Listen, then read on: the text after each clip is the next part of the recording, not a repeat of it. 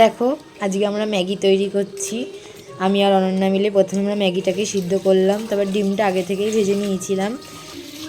এখন দেখো অনন্যা কড়াই মাজছে, তারপরে সবজিগুলো কেটে নিয়েছে অনন্যা, ধুয়ে রাখলাম। এবার অনন্যা সবজিগুলো ভাজা বসালো।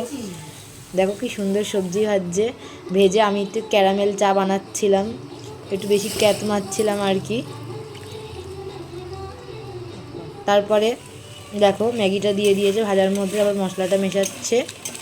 খুব সুন্দর করে অনন্যা মশলা দিচ্ছে আর আমি খুন্তি নাচ্ছি। এরপর আমরা ডিমটাও দিয়ে দিলাম এর মধ্যে। ডিমটা না দিলে ভালো লাগে নাকি বলো গাইস? ডিমটাই তো আসল জিনিস। অনন্যা ফোন ধরেছে আর আমি নাড়ছি, বুঝলে তো তোমরা। খুব সুন্দর হবে ম্যাগিটা, আমি দেখেই বুঝতে পারছো। এদিকে আমাদের চাটাও ফুটে গেছে। খুব দারুণ খাবার হবে আজকে আমাদের দুজনের, খুব মজা হবে। দেখো চাও শেষ হয়ে গেল, মানে চা করা হয়ে গেল আর কি। আমাদের দুটো খাবারই রেডি। এবার আমরা ঘরে নিয়ে যাচ্ছি খুব সুন্দর ডেকোরেশনের মধ্যে বসে, খুব ভালো অ্যাম্বিয়েন্সে বসে আমরা দুজনে আজকে চা খাবো। দেখো নিয়ে চলে এসেছি আমার ঘরে। দুদিকে ছোট ছোট টুনি জ্বলছে, দেখতেই পাচ্ছ তোমরা। ঘরের আলো বন্ধ।